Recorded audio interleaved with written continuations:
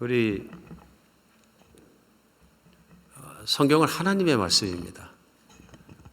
성경은 하나님의 말씀이기 때문에 성경을 열고 읽고 그것을 생각하면 하나님을 만날 수 있습니다. 하나님을 인격적으로 만날 수 있습니다. 하나님이 어떤 분이신지, 어떤 속성을 가지고 계신지, 어떤 성품의 분이신지 그런 것들이 성경 안에 자세히 드러납니다. 그래서 세상에는 어떤 책이나 어떤 장소에서 어떤 기관에 줄 수 없는 그것을 성경은 우리에게 제공하고 있습니다. 그것이 뭐냐면 하나님을 만나는 것입니다. 오늘 특별히 여러분과 제가 본문으로 요한복음 7장 말씀을 읽습니다. 우리 7장 말씀을 읽을 때 이 땅에 오신 하나님의 아들 예수 그리스도의 말씀을 마치 녹음을 해서 그 육성을 직접 듣는 것처럼 우리 말씀을 다시 대할 수 있습니다. 그래서 하나님이 하신 말씀을 우리가 대함으로 말미암아 그 말씀 속에서 우리 하나님을 만나게 되는 것입니다.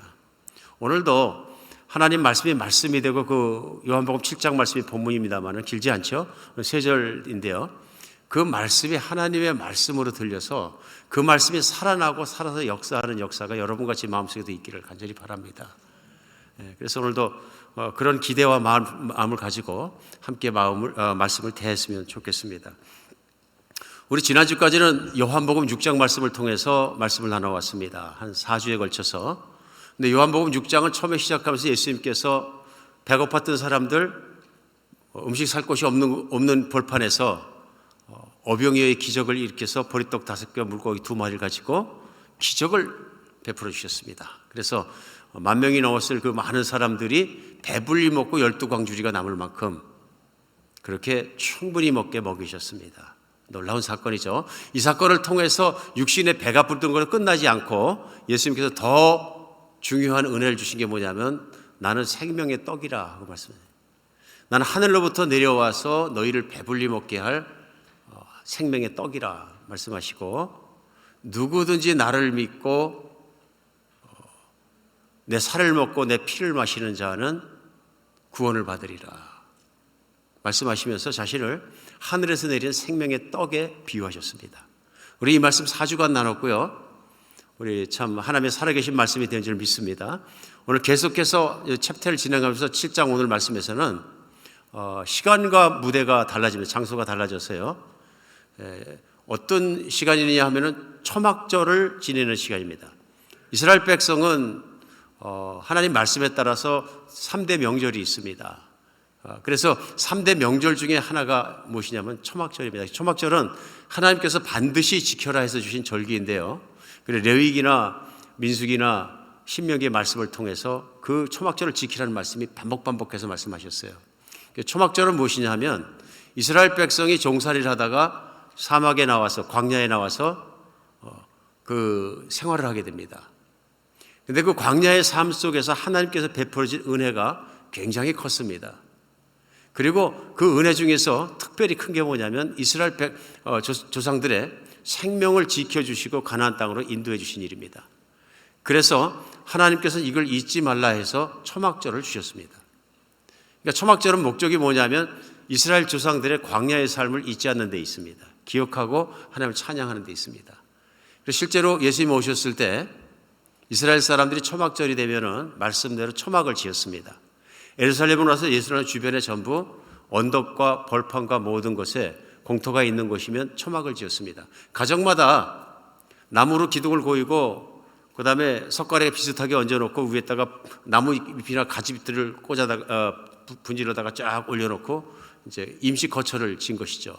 왜냐하면 일주일간 식구가 그 초막 밑에서 지내면서 하나님을 기뻐하는 시간을 갖고 찬양하는 시간을 갖고 제사 드리는 시간을 갖습니다. 그래서 하나님께서는 이 초막절의 시간을 통해서 하나님을 기억하고 하나님께서 어떤 분이신지 어떻게 이스라엘 백성에게 은혜를 베푸셨는지 깨닫기를 원하는 것입니다. 광야를 기억하라입니다. 메시지는요. 광야에서 무슨 일이 있겠어요? 왜 그랬을까? 우리 생각해 볼 수 있습니다. 그 초막절에 우리가 배경을 알아 오늘 7장 말씀이 잘 우리가 이해하기 쉬운 것은 유대인들이 그랬던 것처럼 우리도 광야 생활을 좀 이해를 해야 됩니다. 하나님은 이스라엘 백성을 종되었던 에집트 땅에서 이끌어내셔서 첫 번째로 가게 하신 것이 광야입니다. 지금도 똑같이 광야입니다. 근데 이 광야는 어떤 곳이냐면 특징이 있습니다. 광야는 사람이 살 수 없는 곳입니다. 광야에는 두 가지가 없습니다. 음식이 없고요. 양식을 할 만한 것이 없습니다. 두 번째는 물이 없습니다. 그런데 사실 이 물과 음식은 인간의 생존을 위해서 반드시 필요한 것입니다. 다른 어떤 것이 있어도 이것이 없으면 못 사는 것입니다. 가장 기본적인 것이죠. 근데 광야는 그 두 가지가 없기 때문에 광야입니다. 사람이 살 수 없는 곳이란 얘기입니다. 근데 그곳에서 우리 앞에 그 6장을 통해서 생명의 떡이다, 또 하늘에서 내린 떡이라 이런 말씀을 나눴을 때 중요한 건 뭐냐면 이스라엘 사람들이 그걸 얻어먹으면서 한 얘기가 있습니다. 우리 조상들은 하늘에서 내린 만나를 먹었습니다. 그럽니다. 굉장히 중요한 말씀입니다. 그래서 생명의 떡이라고 주님 말씀하시고 설교를 하신 거죠. 오늘은 두 번째입니다. 광야에서 초막절에 그들이 기억하는 게 뭐냐면 하나님께서는 그들을 생수를 마시게 하신 일입니다. 그래서 오늘 본문 가운데 보면은 예수님께서 초막절 기간에 가십니다. 초막절 기간에 가셔서 예루살렘으로 가셔서 큰 소리로 외치신 말씀의 내용이 나옵니다. 오늘 37절에요. 명절 끝날 곧 큰 날에 예수께서 외쳐 이르시되, 초막절은 일주일간 하는데요. 일주일 끝에 8일째 되는 날이 큰 날입니다. 그날에 예수님이 거기 모든 이스라엘 사람들 앞에서 외쳐서 큰 말씀으로 말씀하시죠. 누구든지 목마르거든 내게로 와서 마시라. 나를 믿는 자는 성경의 이름과 같이 그 배에서 생수의 강이 흘러나오리라. 오늘 제가 낮은 음으로 이렇게 했습니다만 사실은 수만 명의 사람이 들으려면 어떻게 해야 될까요? 어마어마한 목소리로 외치신 거죠. 누구든지 목마르거든 내게로 와서 마시라 선포하신 거죠. 할렐루야. 제 분위기를 이해하기 위해서 제가 해봤습니다. 무슨 얘기냐면 예수님이 목이 터져라 피가 터져라 외치신 거죠. 가슴이 끓어서 가슴이 터져 나오는 것처럼 외치신 것 같아요. 누구든지 목마르거든 내게로 와서 마셔라. 나를 믿는 자는 성경의 이름같이 그 배에서 생수의 강이 흘러나오리라. 이스라엘 백성은 이걸 정말로 현장감 있게 느낄 수 있었습니다. 우리보다도요. 왜 그러냐면 초막절에 이들이 했던 일이 뭐냐면 일주일 내내 물을 길어오는 일이었습니다. 물을 왜 길어오냐면 광야에 물이 없었거든요. 하나님께서 지시하실 때 모세가 그것을 치면 큰 바위돌이 깨지고 반석이 깨지고 물이 솟구쳐 나왔거든요. 놀라운 장면이죠. 여러분 우리는 그냥 성경 말씀이니까 그랬나 보다 그럴지는 모르지만은 스톤 마운틴만한 바위 덩어리 하나죠. 물이 아무것도 찾아도 없는데 거기 가서 모세가 지팡이를 대니까 팍 깨지면서 생수가 콱콱 쏟아져 나오더라. 놀라운 일인 거죠. 그야말로 생명의 생수인 거죠. 이거는 그게 없으면 죽는 거죠. 광야에서 하나님은 이스라엘 백성에게 생수로 그들을 마시게 하셨다. 그걸 기억하기 위해서 이스라엘 백성은 초막절에 몰 때 대대로 뭘 했냐면요. 성전은 언덕 위에 있고요. 제일 낮은 곳이 실로암이라는 못이 있는 곳이었습니다. 물이 흘러서 모이는 곳입니다. 그러면 이스라엘 온 회중이 대제사장을 선도로 해가지고 찬양을 하면서 성전으로부터 실로암 못 있는 데까지 내려가서 다시 대제사장은 금 항아리를 들고 사람들은 그릇을 들고 실로암에 물을 채워갖고 찬양하며 올라갑니다. 시편 118편 이런 찬양들을 쫙 하면서 올라갑니다. 모습이 보이십니까? 그리고 올라와서 제단이 있는 데 와가지고 제단 옆에 항아리를 만들어 놓고 거기에 붓습니다. 그러면 그 항아리로부터 물관을 만들어서 그 제단 밑으로 물이 흐르게 합니다. 상징적인 거죠. 광야에서 하나님께서 생명의 물을 반석을 깨뜨려 주셨던 것을 기억하면서 물 깃는 일을 하면서 찬양을 합니다. 이스라엘 사람들이 성전으로 왔을 때 사람이 가득하고 그 찬양을 할 때 예수님께서 이 말씀을 외치신 거예요. 누구든지 목마르거든 내게 와서 마시라. 나를 믿는 자는 그 뱃속에서 생수의 강이 흘러나오리라. 오늘 그런 배경으로 오늘 말씀을 선포해야 우리가 이해할 수 있습니다. 오늘 이 말씀 속에서 우리 깨달을 수 있는 게 뭐냐면요. 우리 예수님께서 말씀하시면서 뭐라 그러냐면 성경의 이름과 같이 하고 말씀하십니다. 유대인들은 성경을 잘 아는 사람들이었습니다. 이 성경을 잘 아는 유대인들에게 예수님께서는 하나님의 약속이 무엇이며 무엇을 주시기로 했는지를 생각나고 깨닫게 하시는 말씀을 오늘 말씀 중에서 베풀어 주신 거예요. 제일 먼저 예수님은 그 말씀 속에서 특별히 이들이 떠오름으로 말미암아 하나님이 생명을 주시는 하나님이시라는 것을 생각하게 하는 것입니다. 오늘 그리고 예수님께서 이런 말씀을 선포하시는 것이 우연히 갑자기 사고로 일어난 일이 아니라 실제로 하나님께서 성경을 통해서 약속하셨던 것이 일어나고 있는 일이라는 것을 성경의 말씀이 이루어진다는 것을 확인시켜 주시는 말씀이었다 하는 것입니다. 우리 이스라엘 사람들은 광야에서 생수가 없었으면 죽었습니다. 그 생명을 살려주는 것은 하나님의 생수였습니다. 뿐만 아니라 성경에서 하나님께서 선지자들을 통해서 또 다른 생수에 대한 약속을 하셨습니다. 그 약속은 뭐냐 하면 인생이 마시고 다시는 죽지 않고 영원히 살아가는 생수에 관한 것입니다. 생수에 관한 것입니다.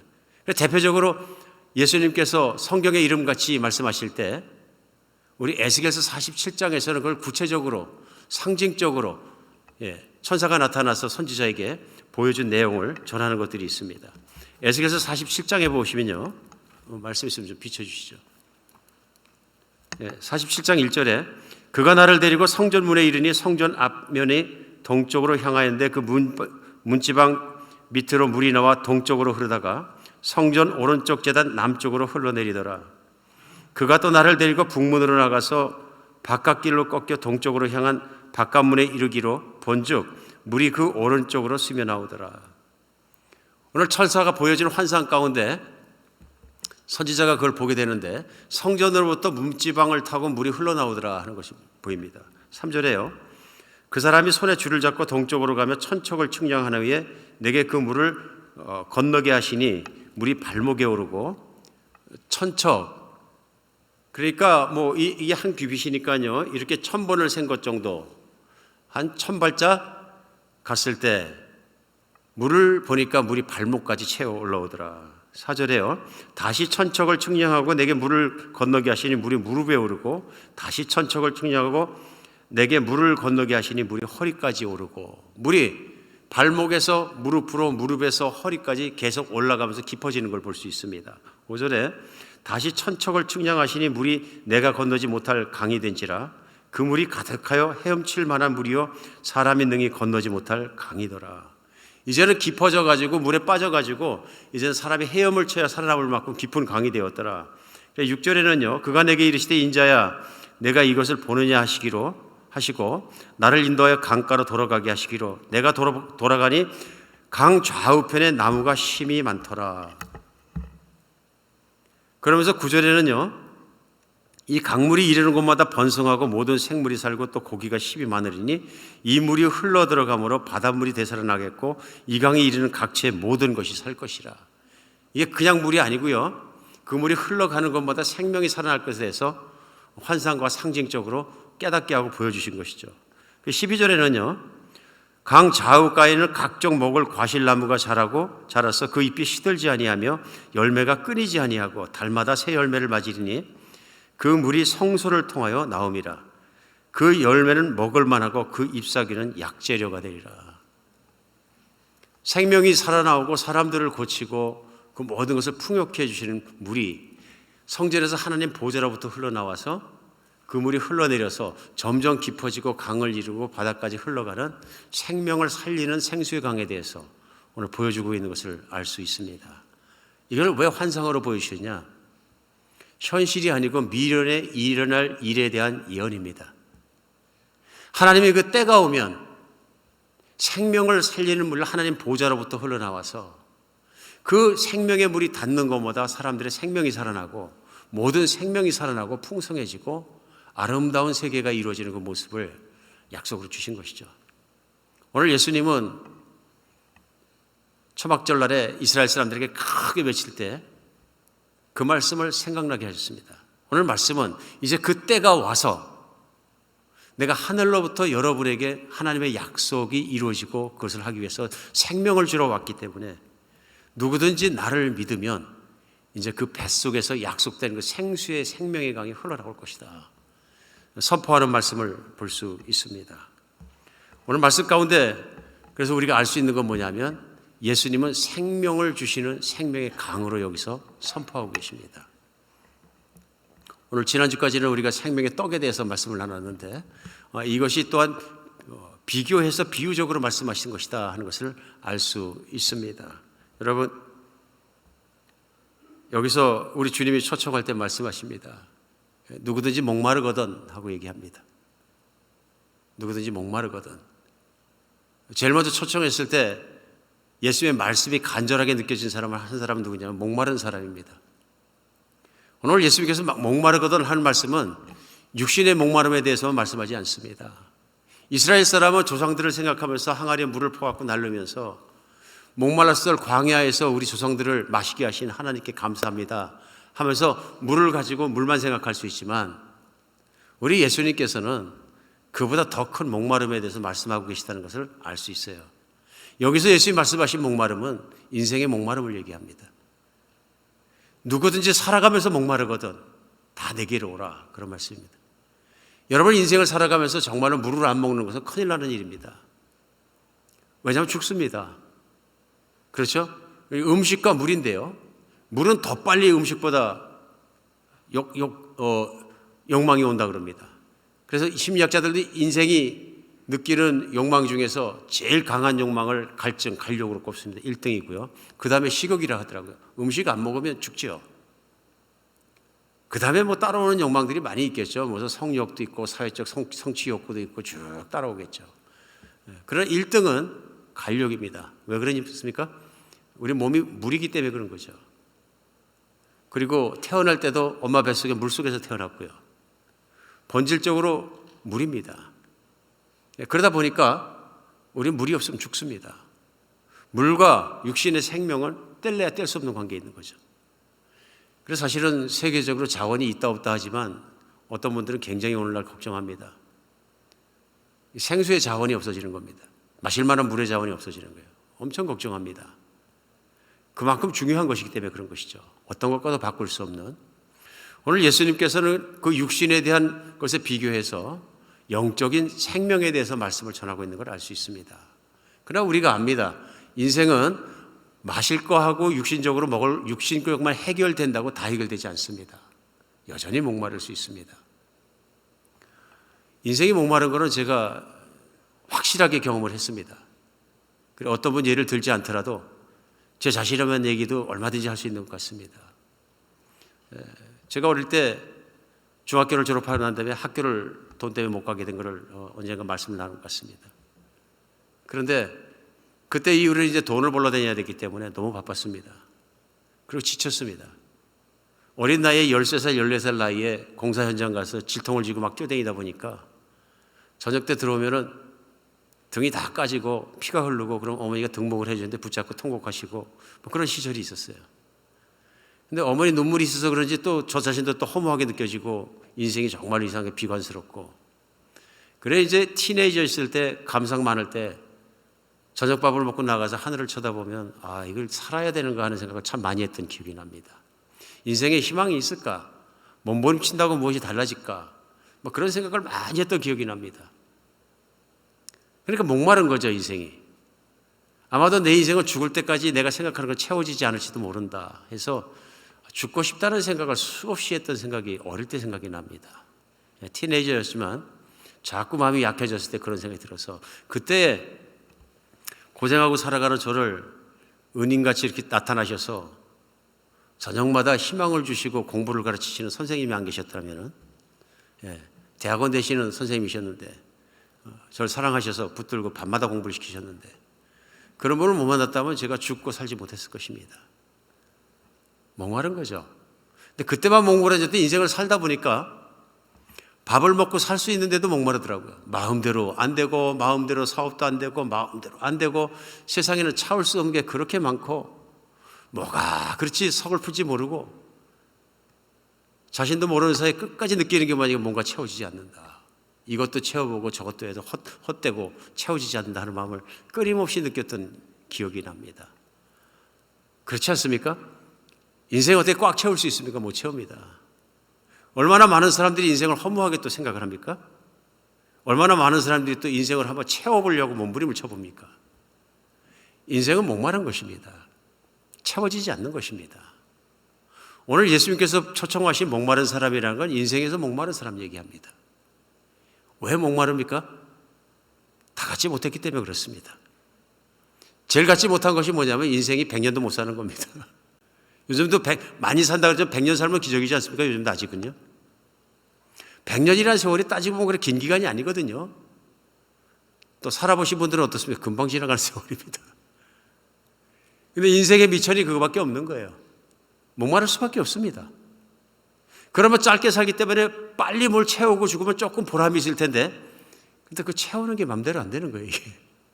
목마를 수밖에 없습니다. 새로운 생명이 있고 영원한 생명이 있고 하나님이 채워주신 정말로 그런 것이 오기 전에는 인생은 목마를 수밖에 없습니다. 오늘 예수님은 그런 인생들을 향해서 초청하고 있는 거죠. 누구든지. 여기 중요한 것이면 누구든지예요. 누구든지 목마르거든 내게 와서 마셔라. 값없이 주겠다. 노력할 필요 없고 내가 값없이 주겠다. 그러면 성경의 말씀들은 내 뱃속에서 생수의 강이 흐르리라. 생명이 그냥 생명을 받고 끝나는 것이 아니라 무슨 말씀이에요? 내 안에 있는 영원한 생명을 갖게 되고 그 생명이 넘쳐 흘러서 철철 흐르리라. 이 생수의 특징은 뭐냐면 죽지 않은 것이 죽지 않았다는 얘기는요. 끊임없이 흐르는 것입니다. 끊임없이 흐르는 것이에요. 내 뱃속에서 솟아나오리라. 어떤 분이 혹시 오해하시면 아이고 예수 믿고 잘못되면 복수 쳐서 죽겠네.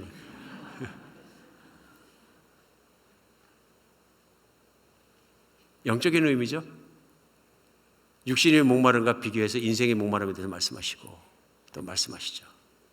다른 말씀에서 예수님께서 수고하고 짐진 자들아 다 내게 오라. 내가 너희를 쉬게 하리라 하고 말씀하신 것처럼 세상의 짐에서 수고한 자들 다 내게 오라.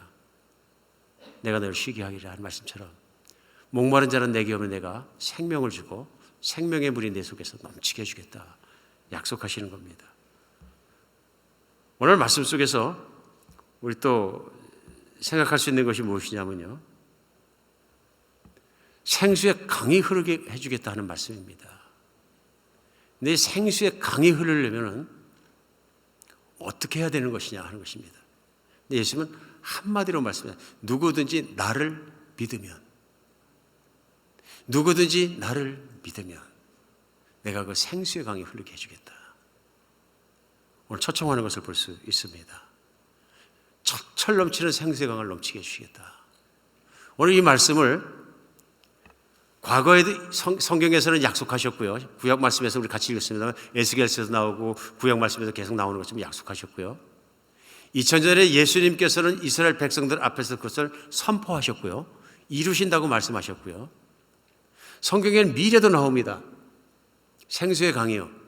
미래가 언제냐면 물의 맨 끝이 예수님이 이 땅에 오시고 심판하시고 새하늘과 새 땅이 나오는 그 끝입니다. 성경의 끝입니다. 그래서 성경의 맨 마지막 챕터 22장에서는 22장 1절에서 그 생명의 강이 나옵니다. 또 그가 수장같이 맑은 생명수의 강을 내게 보이시니 하나님과 및 어린 양의 보좌로부터 나와서 길 가운데로 흐르더라. 강 좌우에 생명나무가 있어 12가지 열매를 맺되 달마다 그 열매를 맺고 그 나무 잎사귀들은 만국을 치료하기 위하여 있더라 하고 말씀합니다. 요한계시록 맨 마지막인 거죠. 맨 마지막 성경의 맨 마지막 22장 끝이 무엇이냐면 바로 예수님의 보좌로부터 생명의 물이 흘러나와 강이 되고 그 강에는 강이 흘러가서 양쪽에 생명의 나무들이 있고 생명의 강이 흐르는 그 모습을 보여주고 있습니다. 다 상징입니다. 그렇죠? 형상이고요. 생명이 어디로부터 나오냐면 예수님으로부터 나온다. 누구든지 영원한 생명을 갖기 위해서는 예수님을 믿어야 한다. 예수님을 믿으면 지었던 죄가 용서받고 하나님의 자녀로 살아가는 길을 걸어주신다 하면서 여기에 오늘 말씀 중에 해석해 주시는 말씀이 나옵니다. 39절의 마지막 절입니다. 이는 그를 믿는 자들이 받을 성령을 가리켜 말씀하신 것이라. 그러나 아직 예수님이 영광을 받지 아니하였으며 성령이 아직 그들에게 계시지 아니하시더라 말씀합니다. 오늘 예수의 말씀 생수의 강이 흐른다는 얘기는 무엇이냐면 성령의 충만함이 흘러 넘친다는 말씀이라 하고 사도 요한은 예수님의 말씀을 해석해 주고 있습니다. 사도 요한이 이것을 깨달은 것이죠. 예수님의 이 말씀은 뭐냐면 후일 예수님께서 십자가에 못 박혀 피 흘려 돌아가시고 3일 만에 부활하시고 승천하셨을 때 예수님이 약속하신 대로 성령이 제자들에게도 임하고 모두에게 임하여서 이 성령이 임한 것을 우리 모두가 체험한 그것이라 하는 것을 전해주는 걸 볼 수 있습니다. 그리고 오늘 말씀은 예수님이 말씀하신 생수의 강은 바로 성령이 임하시는 것을 말씀하시는 것이라. 오늘 이 말씀 속에서 우리 깨달을 수 있는 것 무엇입니까? 하나님이 사람들을 사랑하신다. 하나님이 사람들에게 주고 싶은 것이 있으시다. 그것이 무엇이냐면 생명입니다. 영원한 생명입니다. 영원한 생명을 뭐라고 표현하시냐면 그것이 바로 하나님과 함께 사는 것이다. 오늘 하나님의 초청 속에서 무슨 말씀이 들어있냐면요, 하나님과 함께 사는 초청을 하고 계신 걸 알 수 있어요. 우리 예수님이 큰 목소리로 외치셔서 누구든지 나를 믿으면 하고 말씀하십니다. 누구든지 목마른 자는 내게로 오라. 누구든지 나를 믿으면 그 안에서 성령이 충만해서 흘러넘치리라. 그러므로 하나님께서 간절히 원하고 인간이 받을 수 있는 선물이 무엇이냐면 하나님을 주시는 것입니다. 하나님이 오셔서 함께 사는 것입니다. 성령이 오시는 것입니다. 이것이 예수님의 제자들을 향한 소원이었다는 것이 이후로 계속되는 말씀 속에서 반복 들어갑니다. 예수님은 제자들에게 끝없이 가르치면서 성령이 오실 것이다, 성령을 받으라, 성령을 꼭 받으라 계속 강조하십니다. 심지어는 부활하셔서 제자들 앞에 처음 나타나서 하신 말씀이 첫 말씀이 뭐냐면 샬롬입니다. 평안하라, 내가 다시 살아났니라, 떨지 마라. 이어서 바로 하신 말씀이 요한복음 20장에서는 너희가 성령을 받으라. 제자를 향한 예수님의 간절한 소원, 간절히 주기 원했던 것이 뭐냐면요, 성령 받는 것입니다. 그 이후에도 사도행전에 보면 정말로 이 성을 떠나지 말고 어디도 가지 말고 꼼짝하지 말고 내가 아버지께 부탁해서 오시는 성령을 기다리고 그 성령을 받아라 입니다. 그러니까 성령을 받기 전까지는 꼼짝도 하지 말아라. 아무것도 하지 말아라. 그래서 아마도 금식하고 열흘간 기도했던 것 같습니다. 120문도가 다락방에 모여서 오직 기도했다. 그랬더니 사도행전 2장에서 성령이 임하셨더라. 약속대로 성령이 임하셨더라.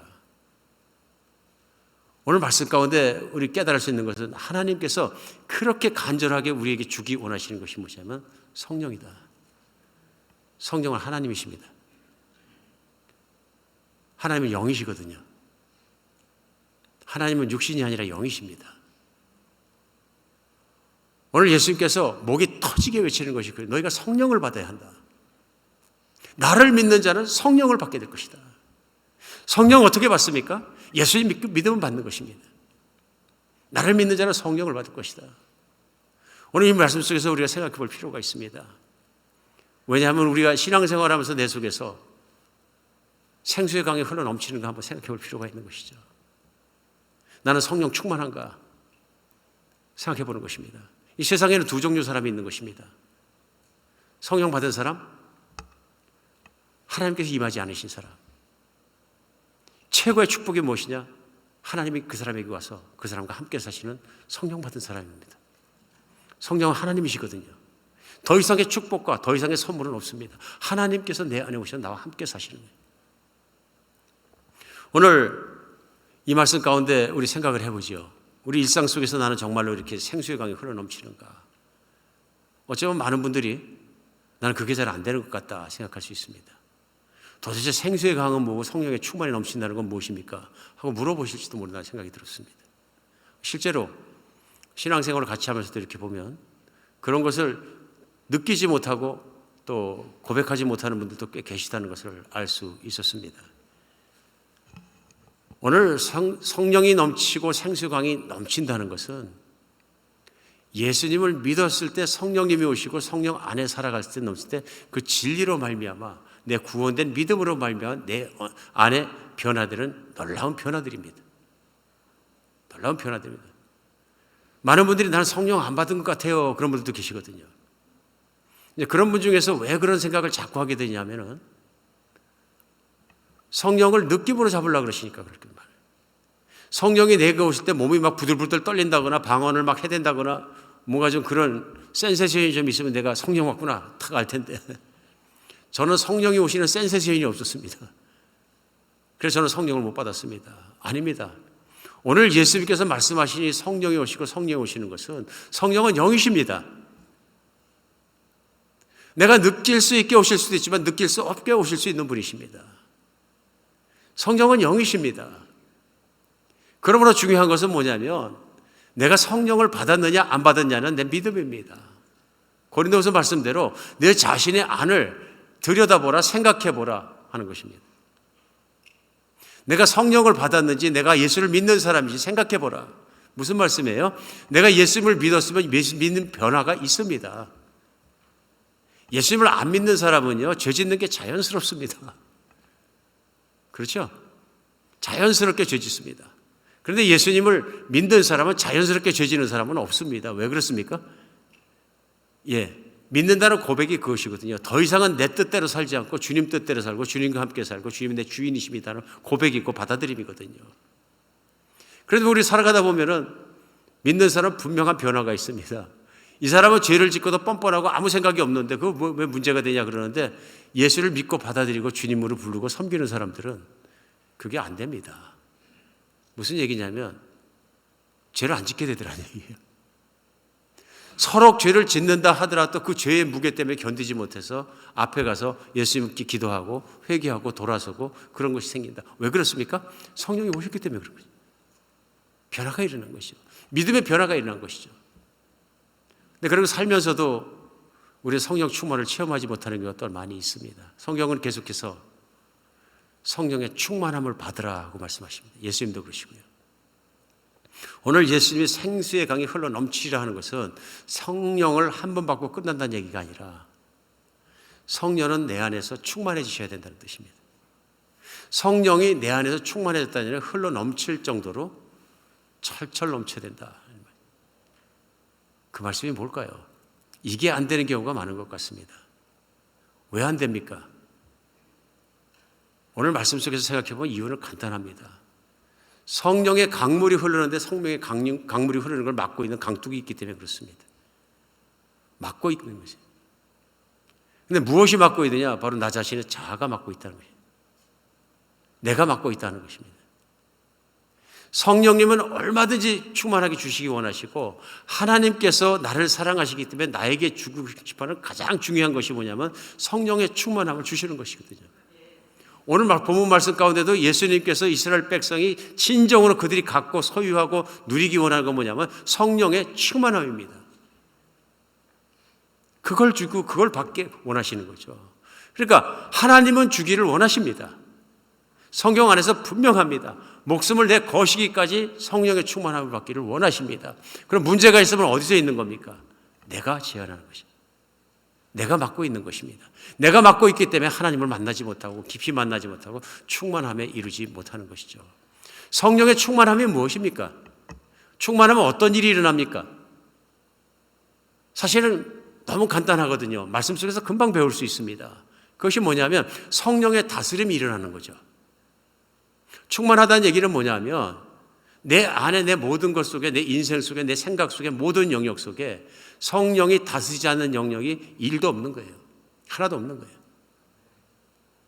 그렇죠? 그게 충만인 거죠. 충만하면 무슨 일이 일어납니까? 성경 말씀은요. 하나님의 나라는 먹고 마시는 것이 아니라 성령 안에서 의와 평강과 희락이니라. 어디에서요? 성령 안에서. 성령이 온전히 다스려 주실 때 성령의 온전한 다스림 속에 들어가 있으면 내가 의로운 사람이 될 수밖에 없고 예수 그리스도의 피로써요. 또 성령께 주신 나의 인정과 모든 걸 통해서 의로울 수밖에 없고 그 안에 희락이 있다, 기쁨이 있다, 평강이 있다 이런 얘기. 성령이 충만해지면 성령이 다스림과 하나님 다스림 속에서 하나님 나라 안에 있는 거죠. 하나님 나라는 하나님과 하나님의 다스림이잖아요. 그 다스림 안에 내가 있고 내가 다스림을 온전하게 받기 때문에 충만하다는 얘기는 온전한 다스림 속에 내가 살아가기 때문에 이제는 내 마음속에 평강과 기쁨이 가득 차고 의가 가득 차서 마귀도 내게 해서 감히 내게 정죄하거나 고소하지 못하고 하나님 때문에 기뻐하고 하나님 때문에 평강하고 하나님 안에 살아가고 영원히 죽지 않기 때문에 생명 때문에 내가 이불니까 덜덜 떨지 않고 하나님은 나를 지키시고 그 안에서 온전히 살아간다. 주의 자비가 생명보다 귀함으로 오늘 찬양했거든요. 주가 자비롭다는 것을 내가 알지만은 내가 믿음으로 성령께 온전히 자신을 맡기지 못하면 나는 성령의 충만함을 누리지 못하는 것이죠.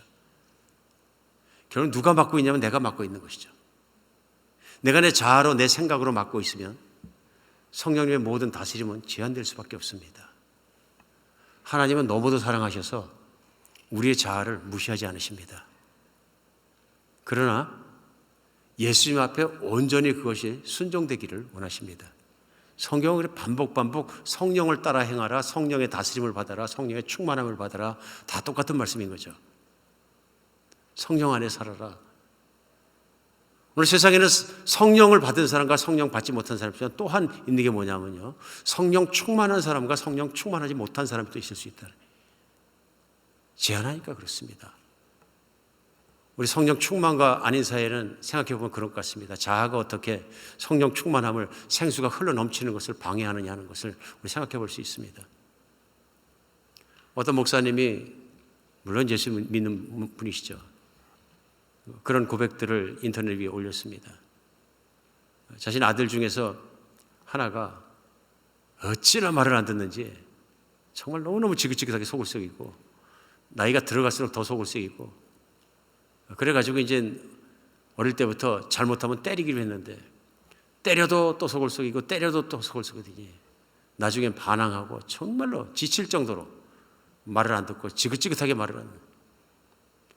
나중에는 그 아들하고 관계도 깨지고 서로 아프게 되고 자신도 아들을 이렇게 보면 이쁜지 뭔지 알 수도 없고 속썩이는 지긋지긋한 놈이 이렇게 되니까 마음속에서도 좀 미워하게 되고 자식이지만 밉더라 그런 얘기죠. 너무너무 힘들고 본인도 인생도 힘들고 지치고 어느 날 교회에서 기도하는데 하나님께서 말씀하시더래요. 너는 더 했어 그러시네.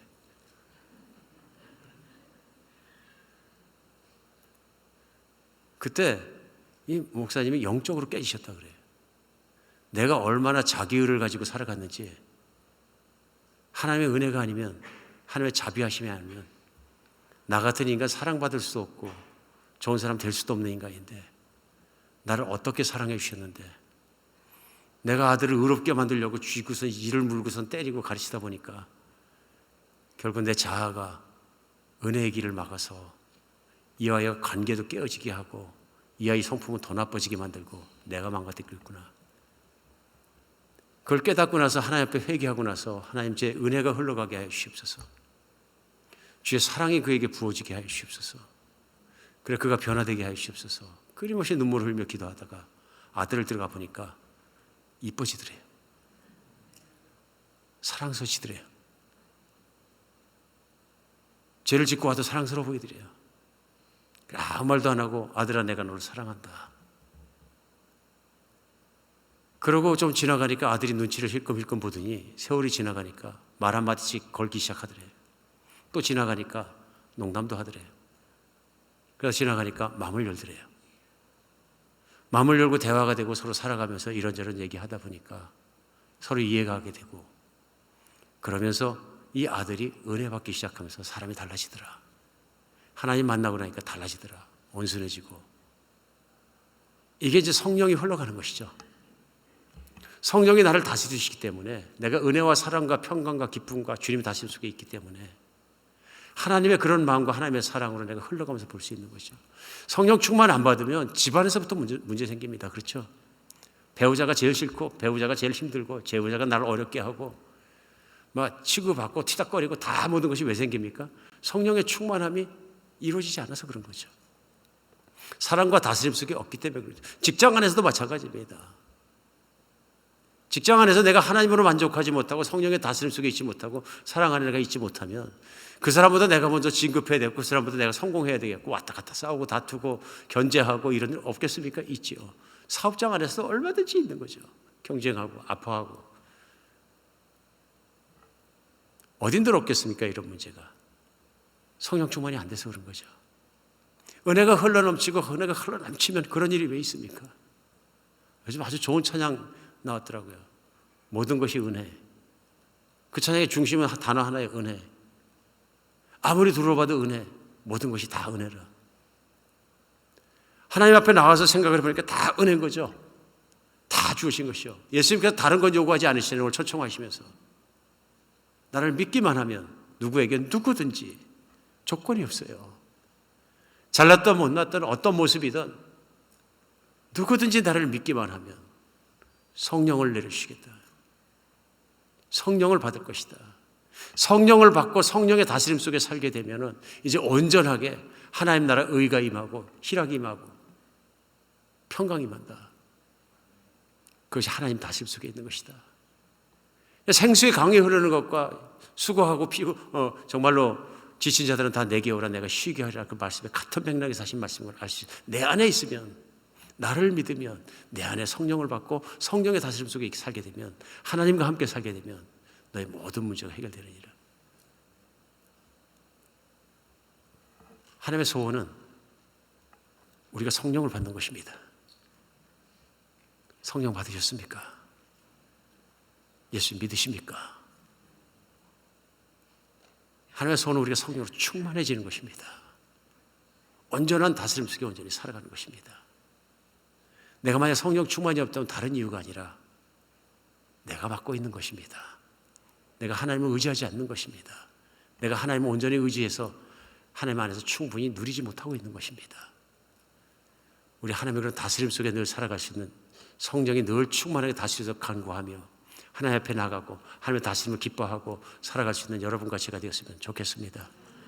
그것이 우리의 길이고 신앙인의 길이고 살아가는 길이어야 합니다. 기도하겠습니다.